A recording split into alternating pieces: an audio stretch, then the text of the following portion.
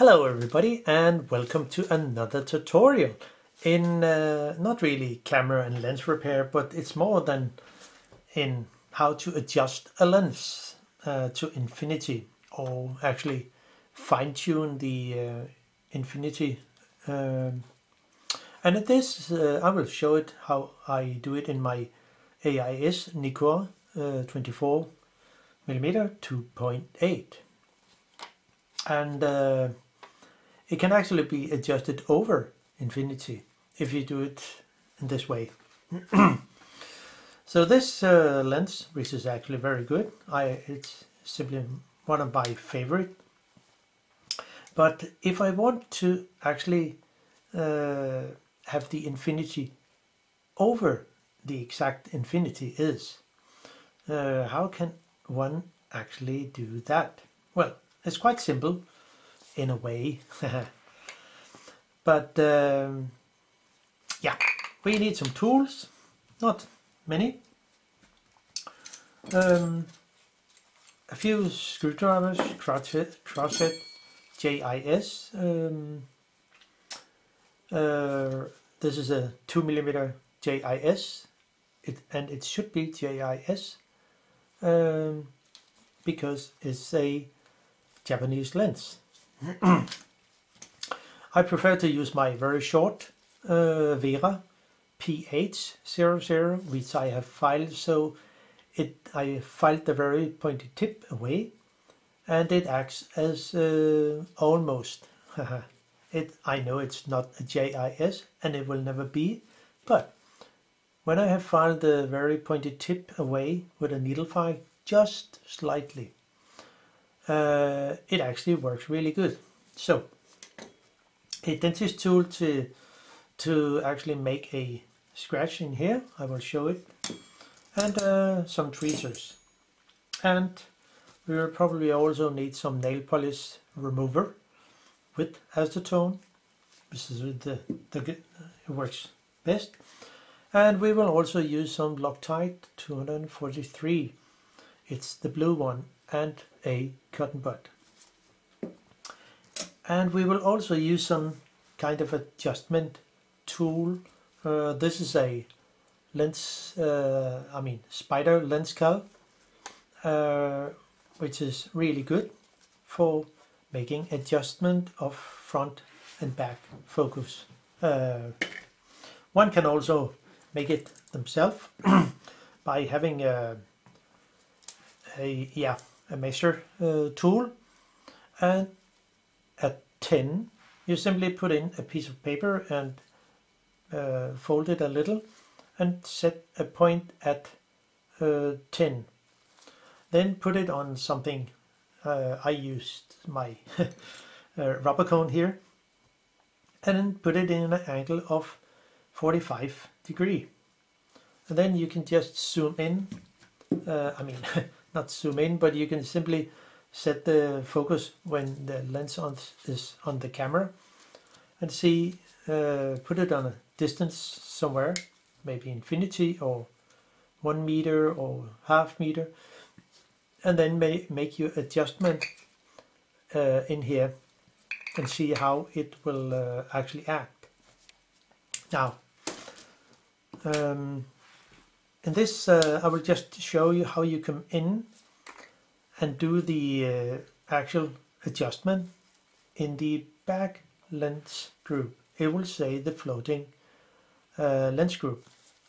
There's no need for going into the front because there is no adjustment at all. So everything is adjusted in here. So we need to actually unscrew the 5 screws, and if they sit tight, one could actually use some nail polish remover and simply dip, just show it, if someone it's really good. So one can actually just add a little on all the screws and let it suck in.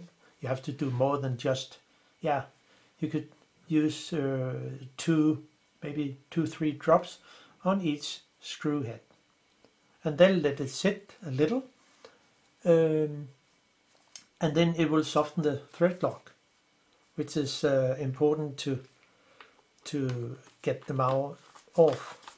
Now, since I have already been in it, it's not a problem. So we just unscrew the 5 screws here, and the last one. So, and away with all the screws, keep them in a safe place. Now,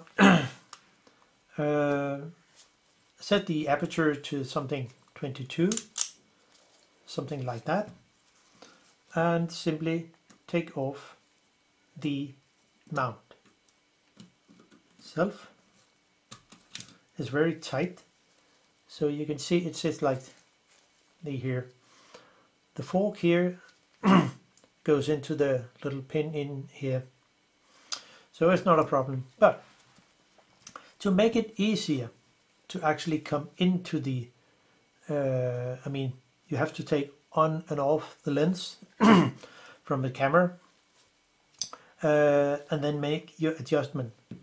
So there's no idea to actually take off the mount on and off, maybe 2-3 times. So one can actually do is actually take the black here and take it off. And there are 3 screws around here. 2 of them are the same. The last one is the lock screw that prevent the lens from just turning when you put it on. So at this pin here there is a small screw with a big head. It has to sit there again. So we simply take that out. It is magnetic. The 2 other are smaller countersunk screws, which we need a JIS 2mm crosshead. So, and then the last one here, because it will make it easier. You can see it's loose at the moment, and we could just pop it out. There is an issue when putting things back in again, and that's about this spring here, which I will tell you sooner. So it's out.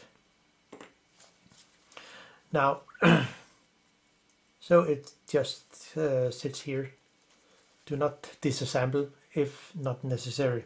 Now, the main point is here, we look into the back of the lens of the floating element, and if we take a look here, there is a kind of a plate here with a notch in and 2 long gaps, and there are 10 holes around here. You see all the holes here. There are 10 of them in here in this lens.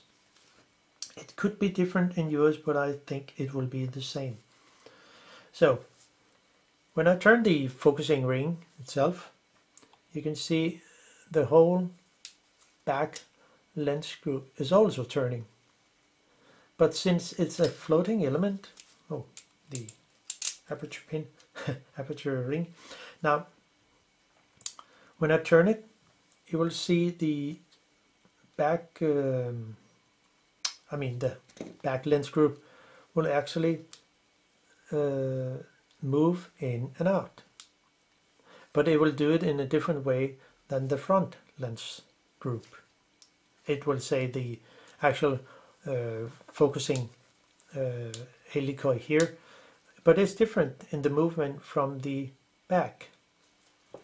So to actually make the adjustment, I figure it out and make a drawing. So if we have a look here, the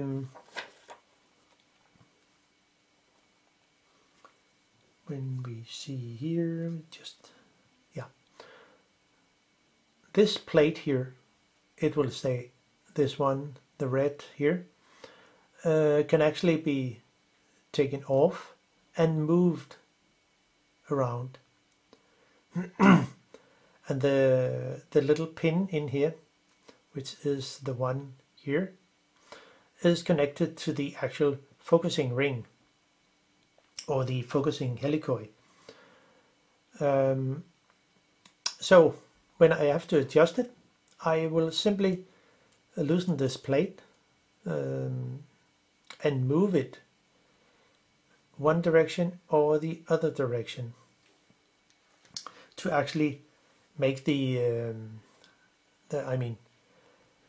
make the back focusing more back focus, or actually turn it to make it more front focus, and I can actually come over infinity. So it's the actual back lens here. I mean the back, you can see here when I turn it, it can actually turn.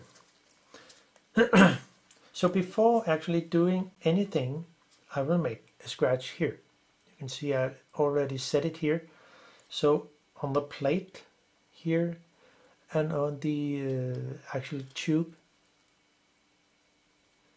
here. So it's in line. Also with the pin here. And it's before you actually disassemble anything. It's also good to set a mark here on the on each side here and over here, so you have an idea where is it when the correct focus, when this this plate sits correct. So now it's safe actually to unscrew the plate here.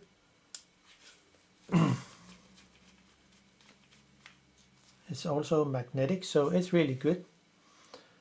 And then loosen it. Unscrew it, of course. So now, when I hold the actual focusing ring, I can turn the back lens screw, as you can see here. And it can come all the way over to actually here. So there's one hole in one gap, or two holes on the other. Or we could go to the other end and do the exact same. And then simply screw the two screws in again and see, okay, does it work? But if you have to do it many times, it's actually more easy. Instead of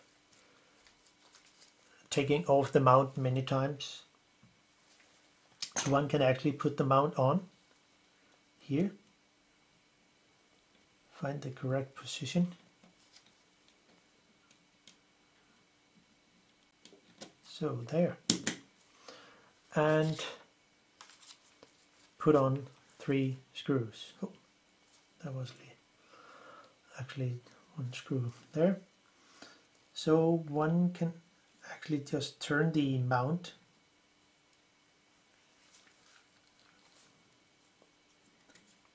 so, and it will sit.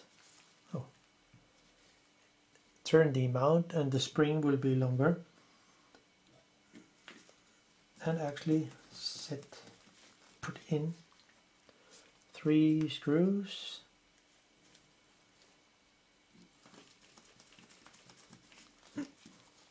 Or just 2 screws, it doesn't really matter, but we'll better use 3 screws here.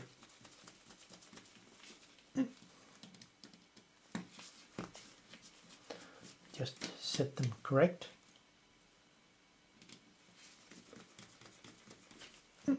So, see, now I can actually just put the camera on, the lens on the camera. Yeah, so it was. And just put in the screws as we can see here. So you actually have access to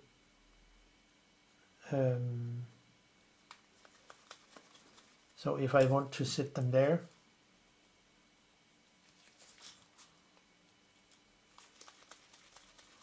something like that. So near end in this case will be, if I set the lens to near end, it will go closer if I turn the, you see, more back focus, and I just turn the back lens group much more than it was, and then it actually will go closer. But of course the infinity, I will lost the infinity. You cannot have both. So if I want to change it, well, it's actually more easy in that way. Take out the 2 screws,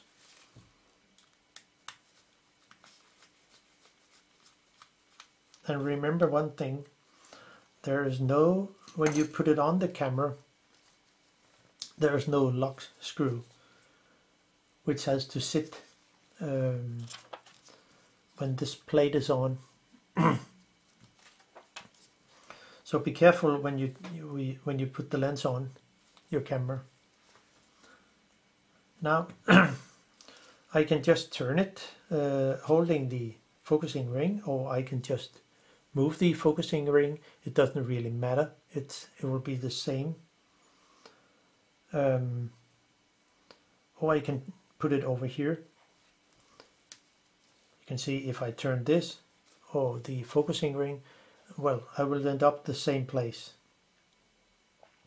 So if I actually have it on infinity here and turn the, it was up somewhere here. So if I do, it was here. So if I want to have it more front focus, or actually over infinity, I can simply just turn the back lens group, as you can see here, and then put it as long as it can, and put in the 2 screws again, and say, okay, that's fine. How much over it's possible to come over infinity if it's the case. And for that we actually use this Spyder lenscal, or my measure stick here. So it will be, it's very easy to in a way to do the adjustment, but it is necessary to do the when it was in the original setting before you actually do anything. I hope it makes sense.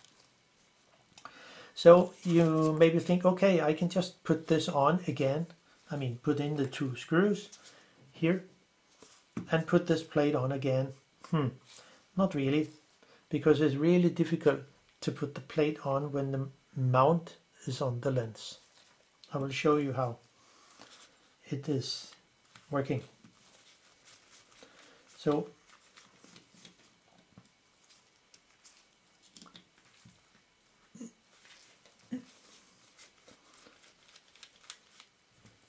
take it off here and oh so now take off the mount, and we can just go back to the original setting and put in the 2 small screws. So I simply find the mark I actually set in the beginning. You can see here, it should be there. So they are in line. And just for making it really good, simply add some just a tiny amount of thread lock. It will be the 243 and simply add a little. Doesn't have to be much. A little will do a good job, and try to put them in the same holes where there was actually some kind of a varnish or nail polish or so, and actually do the fine tuning if you want to do that. So it's better to put in both screws.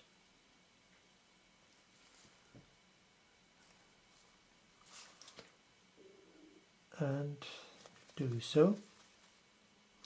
Just put them in, not tighten them yet, so we can actually do the adjustment here. See, okay, do they sit in line as they should? Well, we can just tighten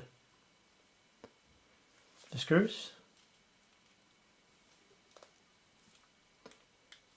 Don't too much, and then here we are. So now it works again. So,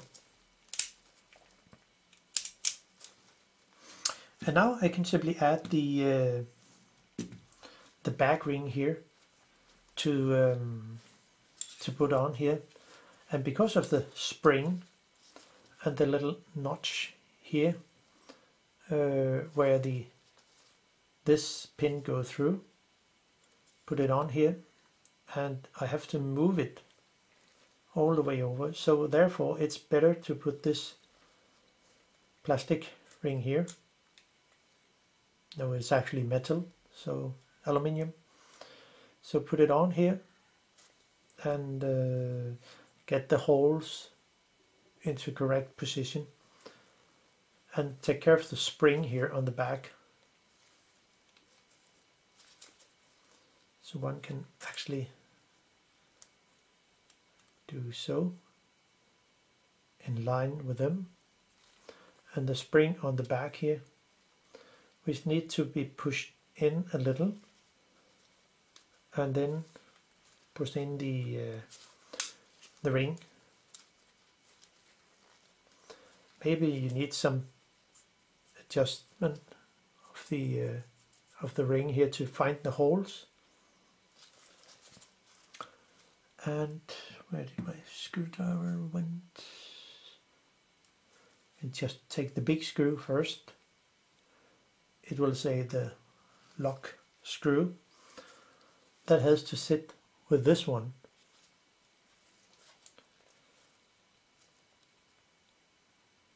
So you can see, come on, autofocus.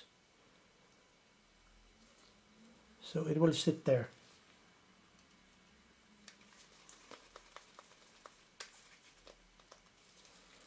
So it's safe home, and this one can actually be moved. Then a bigger, smaller screwdriver to the tiny. Yeah, we can just give it a little. So now it's actually safe. And where did it go here?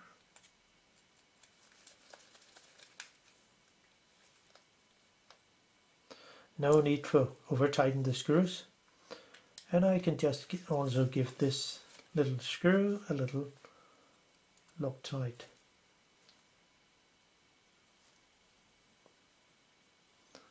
So it's all good.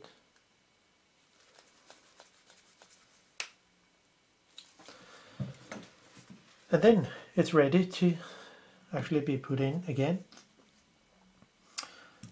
The little fork here will go in onto the little pin down here, and should actually work pretty good. It's very tight fit, so you can see I can move it, and then the holes are good in line. Then add some little amount of Loctite.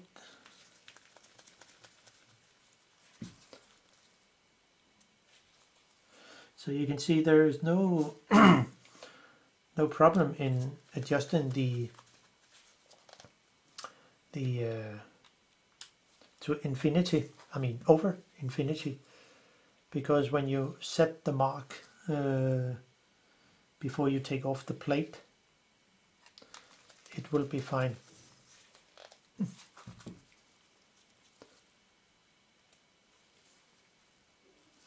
And then you have a lens that can actually move, I mean focusing beyond infinity, or actually focusing beyond near end, which maybe in some cases can be interesting to do. And now the my lens is actually back to normal.